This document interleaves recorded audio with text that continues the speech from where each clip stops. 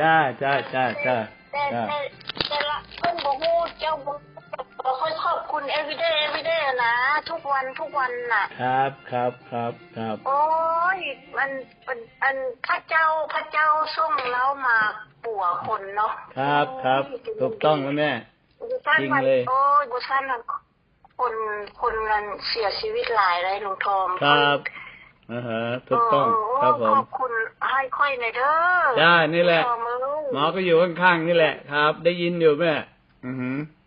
ขอบคุณคุณหมอโอ้ยค่อยฮักแก้มหอมหลายโอ้ยค่อยเว้าคนเดียวค่อยบ่มีไผเว้าค่อยเว้าผู้เดียวค่อยทุกวันน่ะจ้าโอ้ยกุแก้มหอมเอ้ยให้เจ้าอยู่ดีมีแฮงให้เจ้ามีความสุขความเจริญรุ่งเรืองไปตลอดมีอันให้ค่อยเบิ่งทีวีเจ้าตลอดเด้อแก้มหอมเอ้ยค่อยเว้าผู้เดียวค่อยละลุงทองโอ้ยดีแล้วแม่ดีแล้วแม่สุขสบายดีเจ้าขอบใจหลายๆด้วยแม่เด้อฮักแพงเด้อค่อยฮักเจ้าค่อยฮักเจ้าหลายที่สุดในโลกนี้เจ้าเฮ็ดยามาให้ค่อยกินค่อยหัวค่อยจะดีใครมาได้ค่อยยอดไซลินนะอ๋อ CBD เนาะทุกวันค่อยยอดทุกวันอยู่ค่อยดีมากยอดไปเลยเป็นสมาชิกเราตั้งแต่ปี2015อันค่อยไปหมอเราเพิ่นว่าเส้นประสาทคุณหมอไปเส้นประสาทอักเสบเส้นประสาทมันละหน้าค่อยเบี้ยว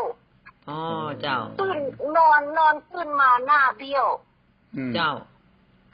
โอ้ยค่อยไปโทรไปหาลุงทองเพื่อทำอิฐนะลุงทองเราว่าบ่มียาให้กินว่าซั่นน่ะค่อยว่ามียายังไม่ค่อยกินแน่ปากค่อยเบี้ยวเพราะว่าซั่นน่ะลุงทองเราบ่ฮู้เด้แล้วก็ค่อยก็เข้าใจอยู่แล้วพี่ค่อยไปโทรไปหาอั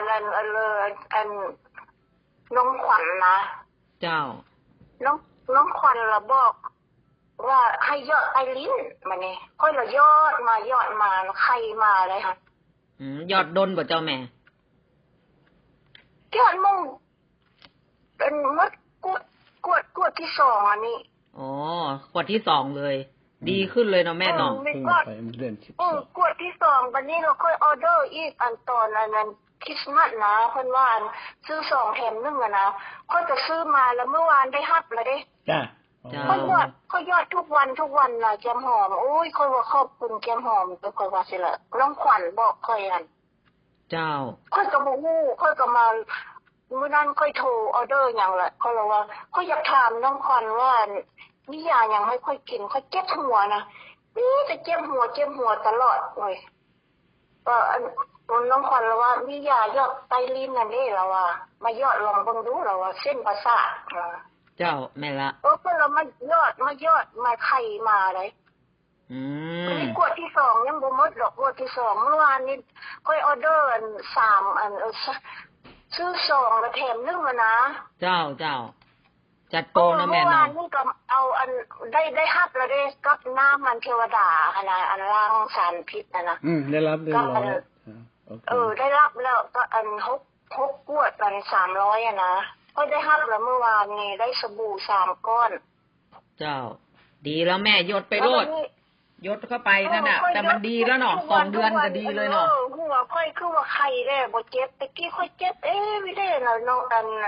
คุณหมอเจ้าค่อยว่าคุณหมอเอ้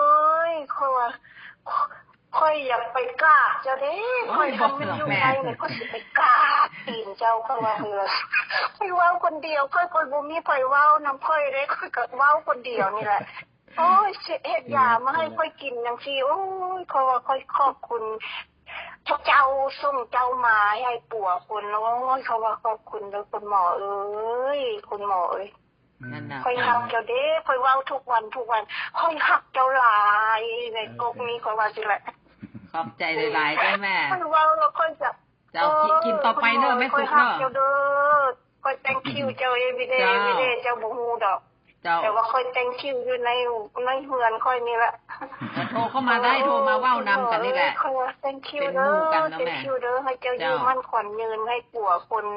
อยู่ดีมีแฮงยังว่าโอ้ยค่อย thank you ขอบใจหลายๆพระเจ้าอวยพรเด้อแม่เด้อ